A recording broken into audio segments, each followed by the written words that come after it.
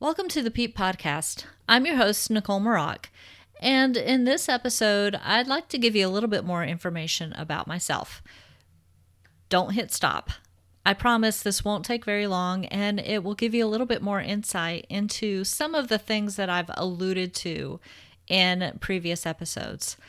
Full disclosure, finding a good guest who has time to talk in the middle of the holiday season is difficult. And I do a lot of mentioning my own experiences while I am talking to guests, which is part of the reason that I think maybe giving a little bit more about my own lifetime of experiences in the paranormal will help my listeners to understand a little bit more about why the idea of linking science to psi is so important to me. Being a science-minded empath is both a blessing and a frustration. I'm kind of a hybrid, and what I mean by hybrid is that I can think logically and rationally, and I look for evidence, and I understand statistics, and I do have a science degree in atmospheric science, or as most people call it, meteorology. To get that degree, I had to study physics and chemistry and statistics and thermodynamics. And it's not to say that I'm really smart, because believe me, that was not easy for somebody whose first degree was in communication. But I did manage to get through it because I do understand the importance of science and all the building blocks of science. At the same time, my entire life, I've been an empath, a sensitive. I've had intuitive experiences and precognition. So I can't dismiss the things that many scientists would dismiss because they're just something that doesn't fit the current way of thinking or the evidence that the mainstream think that we have. But here's the thing. There are scientific studies of precognition and potential for past lives and being an empath and being a healer through non-medical means, meaning not using modern medical technology, but using energy and hands-on healing. These things are all really important, and they are all a part of a holistic view of the world. And if we only look at what we currently have scientific evidence for, or what is currently accepted as scientific knowledge, then we run the risk of missing out on such big concepts of human potential. And what I mean by human potential is the ability to use energy to heal ourselves and heal each other. And that is so not to say that modern medical technology is not a miracle in and of itself. And if you think that you have a problem, I absolutely encourage you to go to a doctor. I recently had to have Mohs surgery because I had basal cell carcinoma on my forehead. Without modern technology, that would have been much worse. So go to your doctor if you have a problem. Ask for help. But there are situations when additional holistic measures can help in the healing process. So yes, go to your doctor, but yes, also be open to potential healing resources that are not based in Western science. So that little rant probably gave you an idea of what I mean by a hybrid. I absolutely 100% think science is important. I absolutely 100% believe that there is a lot of human potential, things that we can experience that we can't explain yet. And the reason that scientifically studying those things is so important is that we are never going to understand any of it if we aren't willing to look at it with an open mind and figure out logical, rational ways to test hypotheses and understand what's going on. So now I sound like a crazy person. So let me step back a little bit and go back into the who am I?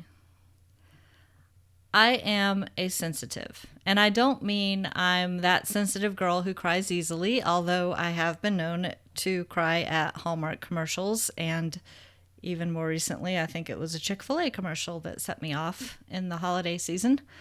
What I actually mean is I can feel empathically pain.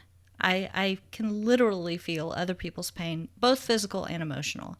And a couple examples of this is my mom has arthritis and back issues, and it's partially, I'm sure, from being a nurse and being on her feet for 45 years straight. God bless the nurses out there.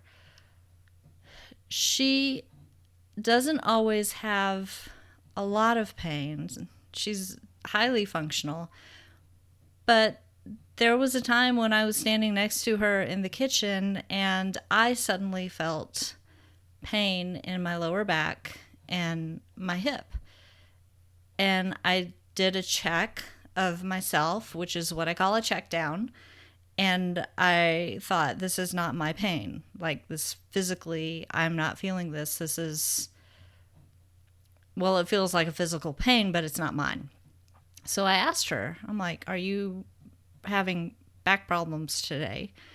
And her answer was, yes, it's been bothering me since I woke up this morning, and it's much worse than normal. That's what I mean by a physical empath. I've also had similar experiences. For example, I was out with some friends listening to live music, which is one of my favorite things to do when we're not in a pandemic lockdown. And I was standing next to a friend that I hadn't seen in a while, and my knee started hurting. And I thought to myself, this isn't my knee. I did a check down. I was sure that it wasn't my own. So I looked at the friend that I was standing closest to and I said, is your knee bothering me? And he said, yeah, I just had replacement surgery a couple of weeks ago and it's just aching a bit.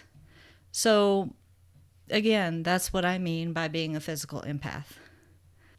I'm also an emotional empath, which does mean that I am very quick to feel other people's pain as well as their joy. So it is a mixed blessing for sure.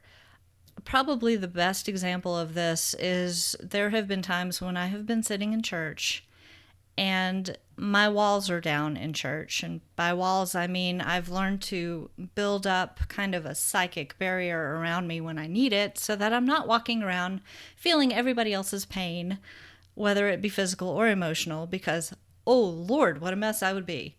But when I'm in church, my walls tend to be down because I'm praying and I'm meditating and I'm taking in the whole experience, and it's hard to do that when your walls are up. And there have been times when I have been sitting in church and just suddenly had tears running down my eyes and just an overwhelming sense of grief. And I'm usually at church with my parents, and my mom will notice the tears coming down my face and look at me, and in those moments I have to tell her, it's not me. These tears are not mine. And of course I'm whispering quietly, it's not me. When I pick up on these things, whether it be intense grief or depression or anxiety, it's very difficult to get control. And I have to like really focus hard to put those walls back up. I'm not crazy. And some people might think I am, but I'm assuming if you're listening to this podcast, you're open-minded enough to understand what I'm trying to say. I am feeling somebody else's pain who is probably sitting close to me and doing their best to hide it. And that makes me feel for whoever that is, because if I am feeling it that intensely, I can only imagine that what I'm feeling is a very small percentage of what they're feeling. And for that reason, I think being an empath is actually a blessing, which probably sounds absolutely crazy, because why would you want to cry in church for no apparent reason? Or why would you want to feel somebody else's backache or knee problems? But the thing is, by being able to feel those things myself, I can relate to those people so much better. I can understand where they're coming from. And when you understand where somebody else is coming from, you can better understand what they're trying to say to you when you're communicating. So I do think it makes me a better listener and a better communicator. Being sensitive also helps in investigations. I've had a few where having physical sensations that I was sure were not my own have clued me into the supposed spirit that was in the building. So let me give you an example. If you've listened to the previous episodes, then you have probably caught on that I am the vice president of a paranormal investigation group based in Raleigh, North Carolina. We are the National Society of Paranormal Investigation and Research, which we shorten to say INSPIRE because, wow, that's a mouthful. Most of our investigations are done in North Carolina, but we have traveled outside of the state a bit. At one point, we were doing 1 to 2 investigations every weekend, and we had a large number of investigators as part of the team. And as people have gotten burned out or moved away or even started their own groups, we have kind of chilled a bit, I guess you could say. We don't do as many investigations as we used to, but we are open to taking on new clients as we see fit. So, meaning that we're not going to jump on every case. We are much more careful than we used to be about vetting cases. And we've had experiences in the past where we've done everything from investigate the battleship North Carolina. We had the contract with the city of Raleigh for investigating Morock Historic Park. We had that for, I think, 7 or 8 years. And we have also done numerous private residence investigations, as well as other public locations, and even a battlefield or two. We do the public investigations out of curiosity, and we do the private investigations both out of curiosity, but more out of a sense of trying to help people understand what's going on in their homes or businesses. Personally, I had a lot of scary experiences when I was a child because I did not understand anything about the paranormal, and yet I was experiencing the paranormal. So there were places, one in particular that I lived where and visited, where I was just not comfortable there. And to me, the worst thing you could possibly experience is being afraid in your own home, not being able to sleep in your own bed, and being told that it's all your imagination when you're 100% sure you are not hallucinating. My goal with those private investigations is to help people feel more comfortable in their own homes, to explain the mundane. So we look for mundane answers first. Could it possibly be electrical problems, plumbing problems, critters in the crawl space or the attic or inside the walls? What is it potentially that is physically causing the things to happen in the house that can be explained by normal everyday experiences that people are just misinterpreting. If we cannot explain the experiences in that way, or if we get electronic voice phenomena, known as EVP, or anomalous video or photography, then we will more likely try to help people understand what's going on inside their home from a more parapsychological or paranormal aspect. One of the ways that I try to help people who truly do have something unexplainable going on is to give them whatever tools they need to deal with it so that they feel comfortable in their own homes. And that may be prayers, or it may even be me going through and saging the house and blessing it with holy water. Or it may be me calling somebody in who has more experience with whatever the specific situation is. I am very aware of my own limitations, and I know when I'm in over my head, and I'm not afraid to call for help. Getting back to the idea of how being sensitive helps in those investigations, there was a case when I was in a public location. It's called the Ferry Plantation up in Virginia Beach, Virginia. And one of the upstairs bedrooms is known to have a resident spirit who passed away in the house. And I was in that bedroom with my team, and I got a sudden extreme pain in my stomach. And I thought, first, what did I have for dinner? No, that couldn't be it. What kind of pain is this? It was almost excruciating, but it was quick. It didn't last very long.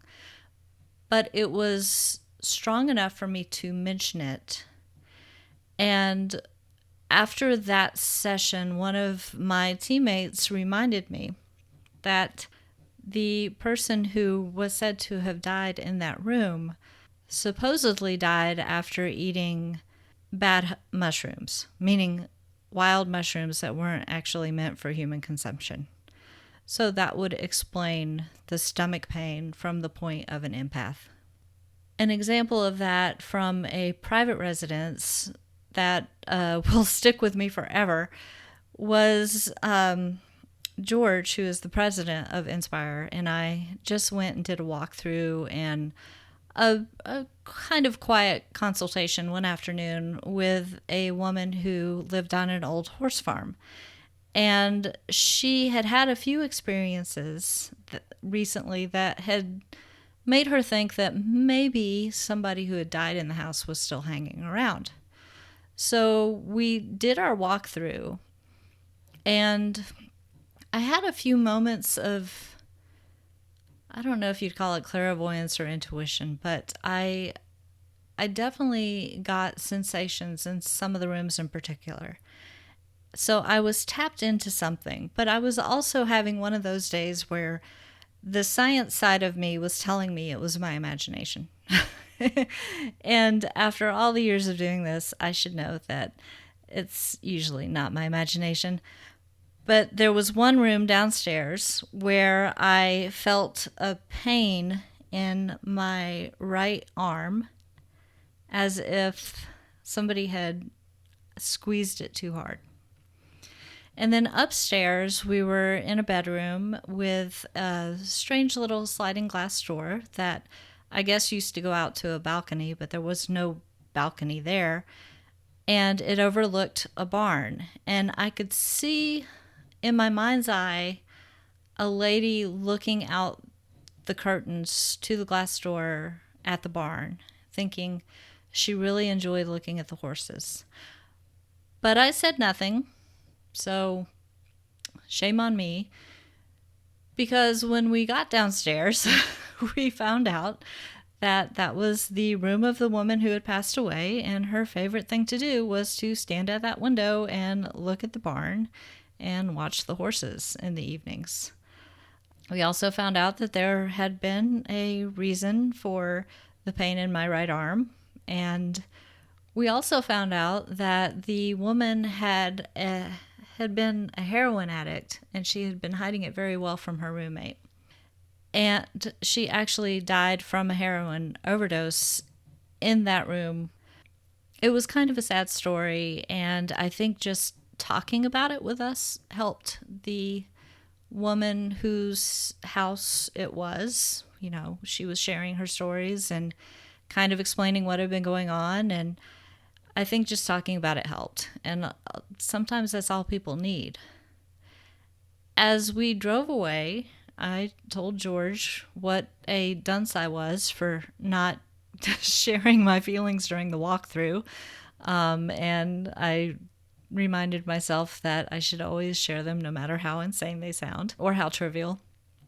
And by the time I got home, which was only about 35 minutes from that house, I had a huge pain under my tongue.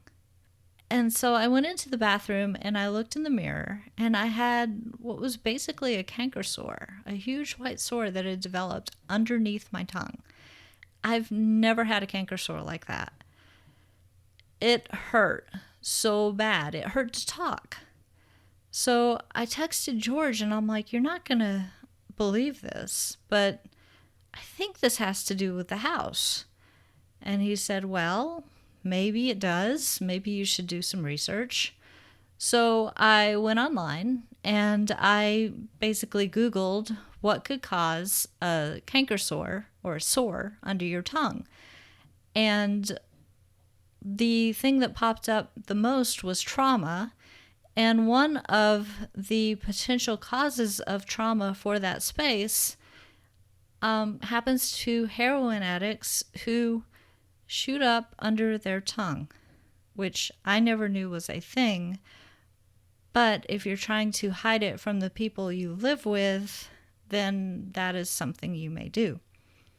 In that case, being a physical empath was no fun. I had that sore for several days, and I've never had one before or since in that location, thankfully.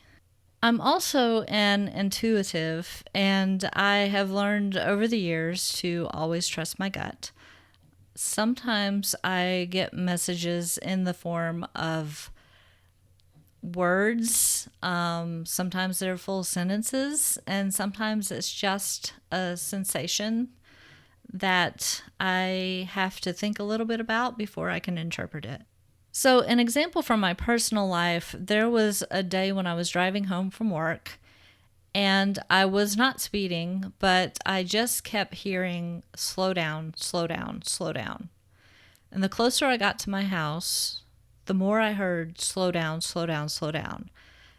And it's hard to explain because it wasn't like an external voice. It wasn't really my own voice. It was just the words, slow down, slow down, slow down.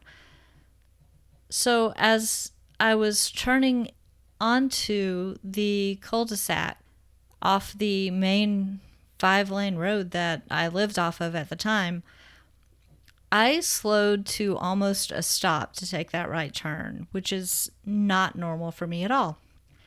And as I did, somebody was coming down the road to that stop sign in the opposite direction, not slowly, especially for approaching a stop sign, on my side of the road.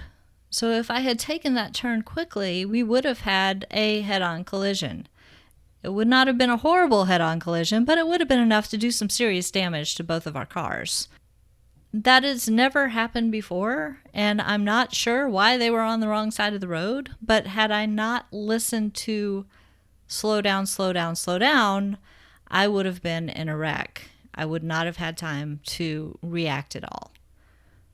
An example from our investigations, this one is actually in my book titled Please Don't Call Me Psychic, Stories from My Paranormal Life, was on an investigation at an old homestead down in eastern North Carolina.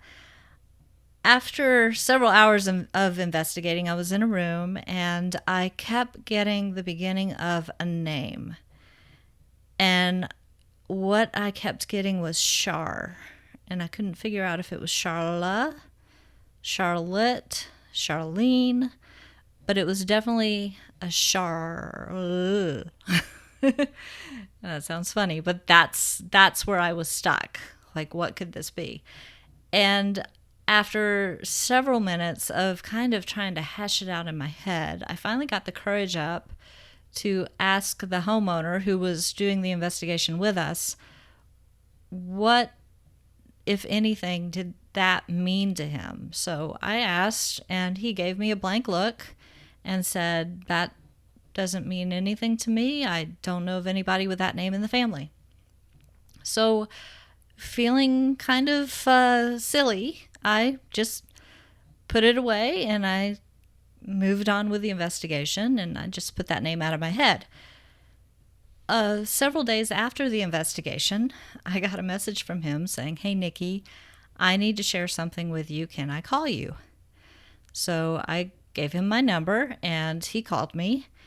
And he told me that since the investigation, he had been talking to an older person in the family who doesn't live at that location. And that person told him about a little bit of family history that he had no idea existed.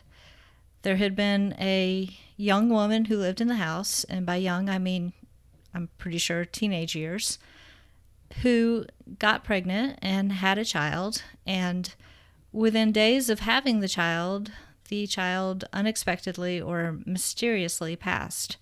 And this was back in the days when there would have been a lot of hush-hush about it, not a lot of open talking about things like that. So, of course, there were rumors, and then they just tried to keep it quiet. So it was not a story that was shared down through the generations of this family, which is why the homeowner didn't know about it. But he was told that the child was buried in a family cemetery not too far from the homestead, and the child's name was Charla. This is one of my favorite experiences because the amount of validation it gave me after thinking that, wow, I am so far off base with this name, when during the investigation I was told it meant nothing. It was just a pretty amazing experience, but it was truly an intuitive experience.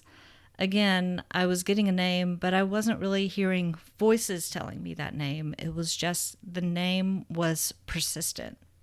So I have mentioned that I've had experiences in church, and I should probably go ahead and just explain that I am a Catholic. And that seems to be not a very popular thing for somebody who is in this line of avocation, for lack of a better way of putting it. It seems like it's not very popular for us to either be or admit, but it is a very important part of my life and my upbringing. And I wasn't just raised Catholic up until COVID-19 kind of shut down the churches or the feeling of being physically safe at church. I was going to church every Sunday, and I was actually one of the readers in my parish. So I did the readings at Mass, and I was pretty active, and I really enjoyed it. So it's something I'm currently missing. But it is obviously still a big part of my personality and my philosophy. And I think from an outsider's perspective, it's probably very easy to misunderstand what being Catholic means. And this is not a podcast about religion, so I'm not going to try to explain it right now, but I am going to put it out there because maybe some of you who are listening are actually Catholics and can relate to where I'm coming from. I've always said that I am Catholic with a little spiritualist or Buddhist thrown in because I'm open to the possibility of reincarnation. I've had experiences in my own life that make me think that maybe I have lived past lives. And when you look at the evidence of possible reincarnation stories, there are many books on the subject and many people who have studied it, especially when it's coming from children who have no way of knowing the historical facts that they are giving while telling their stories of past lives. it's hard to dismiss the idea. And for that reason, past lives, reincarnation are definitely going to be a topic. And yes, there are researchers who are studying these things. I will share one of my personal experiences, and one of the reasons that I think that maybe I have lived in the past. They say that recurring dreams are possibly a hint to a past life. And up until I was about the age of 8, I had a fear of stairs. I always felt like I was going to fall downstairs. Really hard to avoid them completely, especially, but I had a fear of them. So even when I was old enough to walk downstairs, I would often choose on a narrow stairway to scoot down on my butt like a toddler. So I had an issue with stairs. It doesn't necessarily make any sense, but I also had a recurring dream that I was a child in a big mansion, and I was on a very formal stairway, and in the dream, it really seemed like one of those old antebellum mansions in the South that you would see in movies like Gone with the Wind.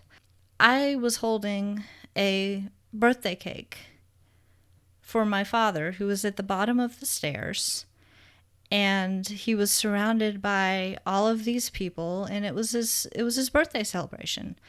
And the candles on the cake were lit, and he was at the bottom of the stairs clapping, saying, come on down.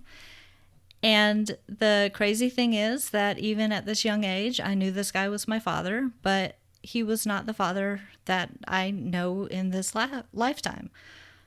So I started down the stairs with the cake, and my foot slipped, and I fell, and I woke up. And I was pretty sure every time I woke up that I had died in that dream. I had fallen to my death. After the age of 8, I never had that dream again, and I never had a fear of stairs again. Not long after that, in my early teens, my mom took me and my brothers to New Orleans for the first time during spring break. We lived in Mississippi, about 3 hours from there.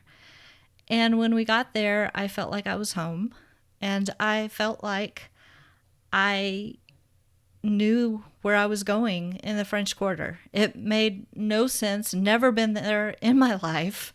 I had no reason to know my way around this strange city, but I knew where to turn. I knew where I was going, and I have always felt like I had this immense, unexplainable connection to New Orleans. Now, if you've been there, you know that the culture is amazing. The music is amazing. There are live bands on every street corner in the French Quarter. Music festivals are great. The food is just to die for. I absolutely love New Orleans, but you also know that there are parts of the culture that perfectly fit with all of the topics that I like to cover, because the place is haunted and there are many ghost tours, and they even have signs on apartments that are for rent that say haunted or not haunted. I mean, it's a great place if you're into the paranormal to go visit, and there are so many subcultures there that are just absolutely fascinating. But I didn't know all of this when I was a kid. I just knew that it was a historic city down on the Mississippi River, and when I was there, I just felt like I already knew my way around. So that is one of the reasons that I'm open to the possibility of reincarnation. I've had others, but that's the biggest one. And I'm pretty sure that the dream that I had probably, if it was a past life, was taking place in New Orleans. Speaking of dreams, I've also had dreams of deceased loved ones. They had specific meanings or messages. I've had several over the course of my life. And so I am open to the possibility that we do get messages from beyond the grave, so to speak, from our loved ones through our dreams, because for some of us, that's the only time we're truly open to receiving these messages. I've also had dreams of little consequence that came true. Like my earliest one that I remember was almost like a deja vu, but I'm pretty sure it was a dream I'd had the night before, where I was sitting at the picnic table at my grandparents' house and surrounded by all of our family during early evening dinner in the summertime.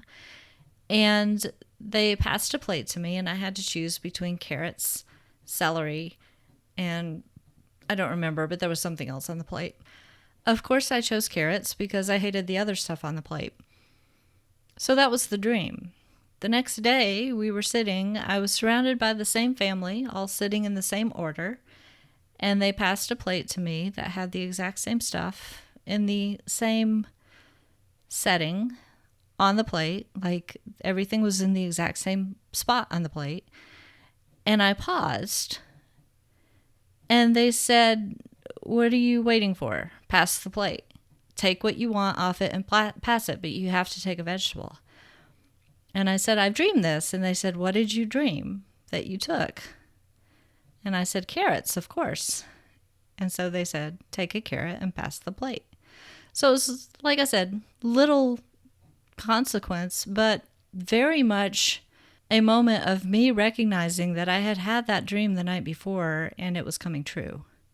So for most of my life, I have put stock in the idea of messages coming through dreams or dreams being precognitive, even when I was too young to understand that word.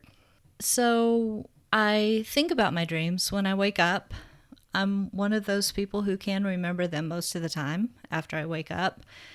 And I know that most of the time they are brain dumps. I don't put stock in every single dream I have. That would be insane. But there are dreams where you wake up and you just kind of know that there was something there. There was some meaning, some message that somebody was trying to get to you. Sometimes it's very obvious. I have had dreams of people who have died who have just told me the message straight up. You know, the words came out of their mouths and I knew that I need to take it and run with it. Other times they have been more thematic, like more of precognitive theme. For example, there was a year that the entire summer I was having nightmares about earthquakes. Now, other than a tremor when I lived in Paducah, Kentucky, at a very young age, I have never experienced an earthquake. And I didn't know why I was having these dreams, but they were very intense. And I would wake up from them thinking, wow, that was scary. I can't imagine living someplace where this is a normal thing. Well, that fall was the first and only time I've ever visited Las Vegas. And I was there with my parents, and we were staying in something like the 21st floor of the Monte Carlo in a suite. And at about 3:30 in the morning, we were awakened by an earthquake shaking the building. And before I was even awake, I knew it was an earthquake. And that was probably the first time my mom had ever heard me curse. And I was quite shocked about what was going on, and it was quite scary being that high up. We turned on the TV because, of course, we were not going back to sleep, and there were several aftershocks after the big one, so it would have been impossible to go back to sleep.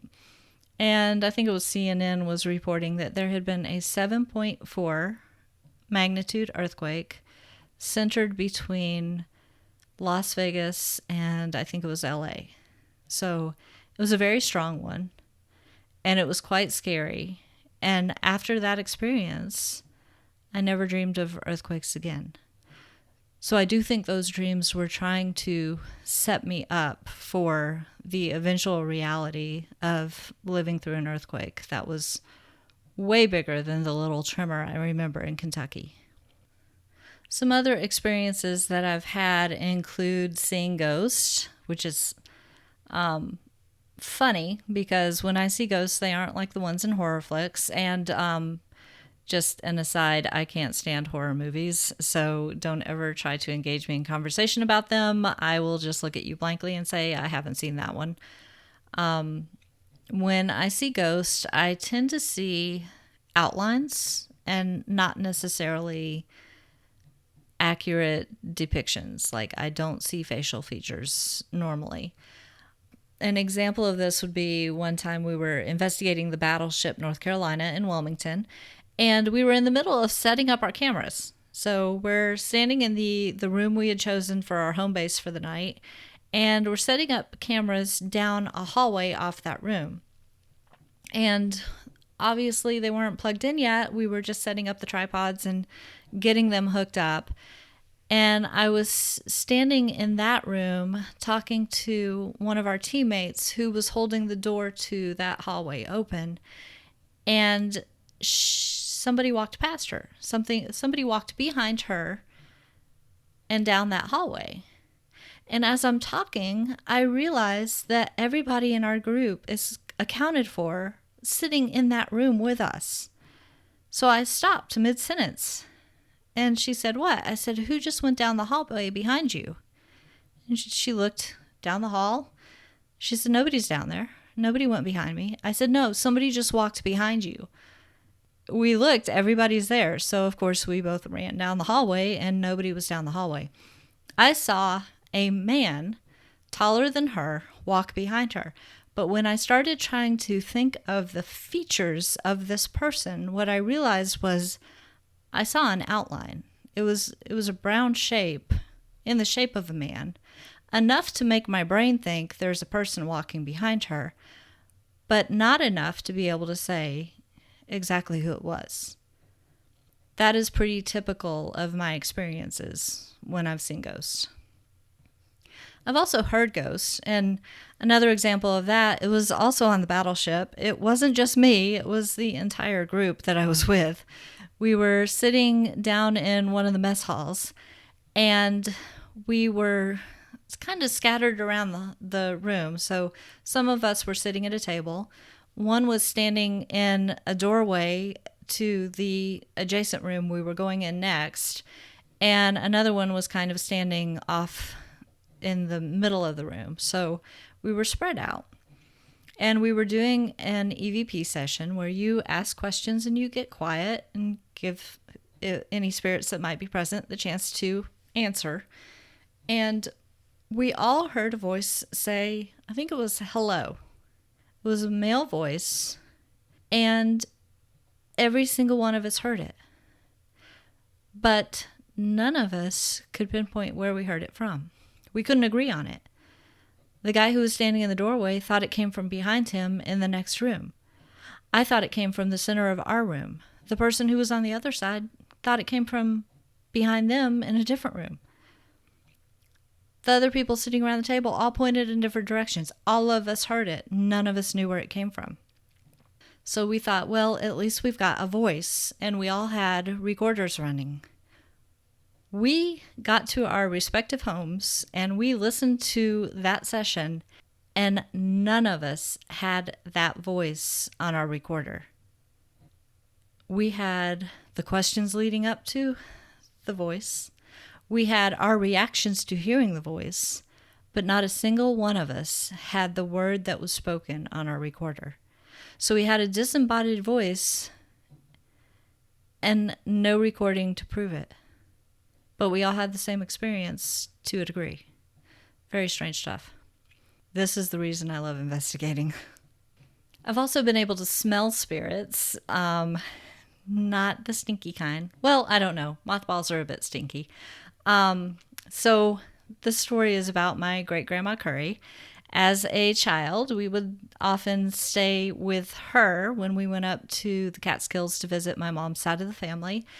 And there were parts of her house, the closets upstairs specifically, that smelled like mothballs, which was not a smell that I was exposed to pretty much anywhere else in my life. So I associated that smell with Grandma Curry's home. Well, she passed when I was, I think, a teenager. And there was a desk that she had promised my mom that she could have after she had passed. And it took a long time, but decades later, the desk was finally in my mom's home, and my mom was cleaning it. And I think I was sitting in the same room petting my cat, and there was a very sudden, strong, distinct smell of mothballs. And I said, Mom, do you smell that? And she said, what? I can't smell anything but Pledge or whatever it was she was using to clean the desk. I said, the mothballs. I'm like, it's burning my nose. You have to smell that. And she said, no, I don't smell it. And I just took a deep breath and I got a very calm feeling. And I said, Mom, Grandma Curry is happy that you finally have the desk. And we both had a good cry. But the point is that sometimes spirits come across in ways that only you can interpret. And obviously, if the smell had been attached literally physically to that desk, my mom would have smelled it too.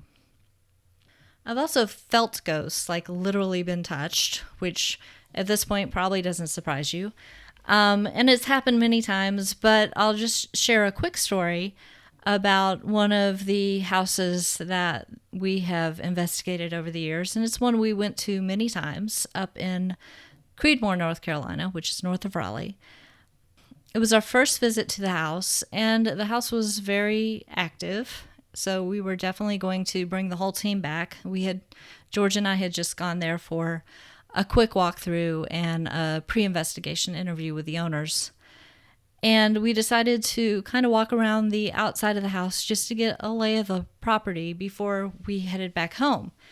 And we were in the front yard, and George was to my left, and he was looking up at the second story windows.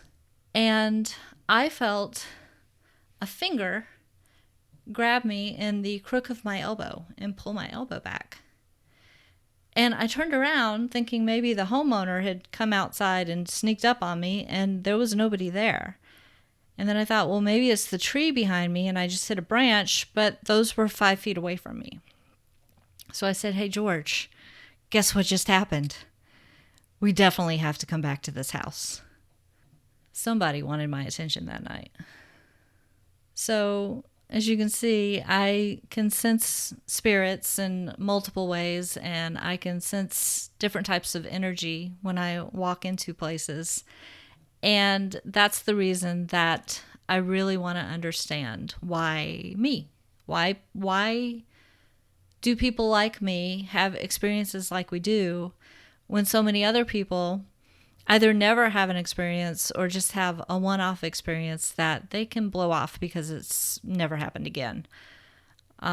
So that's another one of the big reasons that I am all too excited to talk to researchers who are trying to figure these things out. Real quickly, I'll cover a few more things I'm interested in without a lot of detail, but it'll give you a clue of potential other topics for the podcast episodes down the road. I have seen a UFO, or two to be exact, and I shared it in Ryan Sprague's Somewhere in the Skies podcast on the 14th Witness Accounts episode, which as of this recording just came out last week. So look for it in the late December 2020 episodes if you're looking through his archives. I'm not going to share it here because honestly, that was the first time I've ever shared that story publicly and probably the last. I am open to the idea of life elsewhere, but I am also more open to the idea that whatever I saw was terrestrial and experimental, although I have yet to find anybody who can explain it. I am very interested in looking for proof and not just accepting every story of every instance of potential UFOs. I do not dismiss people when they tell me their stories because, as I've already shared with you, I've got some that people could easily dismiss themselves. And, that's not fair. I can't ask people to believe me and then not believe them. But I am very excited about opportunities to find evidence of unexplained aerial phenomena, which is why I joined SkyHub. Look them up at skyhub.org. I also quickly realized that in starting a podcast, did not have a lot of time to dedicate to the research required. And honestly, there are some people involved in that organization that are so much smarter than me. I'm not sure how much they need me, but I do intend to be more involved in 2021 as they do need me. I'm also open to, and actually truly love reading about cryptids, ancient mysteries, folklore, fairy tales, the ideas of the Akashic records. Ancient alien theory is a little out there for me because I truly do think that humans have been smart all along and we probably didn't need any outside help for most of the things they'd like to use aliens to explain. But I pay attention to it just to see what kind of ideas are out there. I think with the Akashic record, maybe we tap into some greater knowledge when we're in the right mindset, and that could explain some things, but that's also extremely hard to prove. I'm fascinated by the potential powers of humans, the things that we could be capable of. There's a documentary out there called Superhuman that I watched a few months ago, and oh my gosh, mind-blowing. You just have to watch it. I'm not going to give anything away. So while I'm looking for answers, I'm okay with the fact that I may never find them. In fact, all good research usually leads to more questions. So I do not expect to be able to answer all the questions there are. I'm not even expecting to answer some of the questions because really the whole point of my doing this podcast is to talk to the researchers who are much more in the field and much more in the weeds trying to figure this stuff out. I am so excited when one of them says they'd be happy to come on and answer some questions and talk about their research.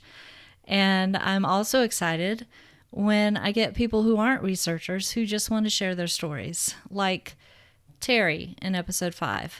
So if you're a researcher and you're listening to this and you want to share information about the studies that you've been a part of, then by all means, please reach out. And if you are just a normal everyday person who's had some experiences that you'd like to discuss, you can do it anonymously. Again, just reach out. I will do what I can to find research that is associated with your topic and do what the goal of this podcast is to do, link the science to the sci. As we look into paranormal experiences and we create a climate conducive to having these open-minded conversations, the more people share their stories, the more everyone will realize that the paranormal is much more normal than most people think. So some upcoming episode topic ideas that I have are the history of paranormal parapsychological studies, which was given to me early on by a listener. I am waiting for a book to arrive in the mail that will help me with that research. Also, the possibility of reincarnation, personality types that are more likely to be sensitive or psychic, the ethics of paranormal investigation, and even how to be a good witness. If you're still listening, I want to thank you for continuing to listen to me babble on. I didn't expect to talk this long, but I also never do. I do truly want to thank you for listening, especially if you have listened to the other episodes. And I ask that if you want to hear more, please subscribe on your favorite podcast app. hit that subscription link. Give me some rating love, because the more people that we can get to listen to this, the more people we can find who are interested in sharing their stories. So yeah, if you rate and review the podcast on your favorite podcast app, that will help bump it a little higher on the list so maybe more people can find us. If you want to follow the podcast on social media, there is a Facebook page, P.E.E.P.podcast.com. Don't forget the periods and PEEP. And if you have any ideas for show topics or any questions for me, you can reach out through the website, P.E.E.P.podcast.com. That's P.E.E.P. podcast.com. And remember, that stands for People Experiencing Everyday Paranormal. If I can find research that links to your topic, I will be happy to use it. And if you want to share a story, again, you can do it anonymously or not. I would be happy to talk to you. Thanks again for listening. Stay safe and be well. Wow.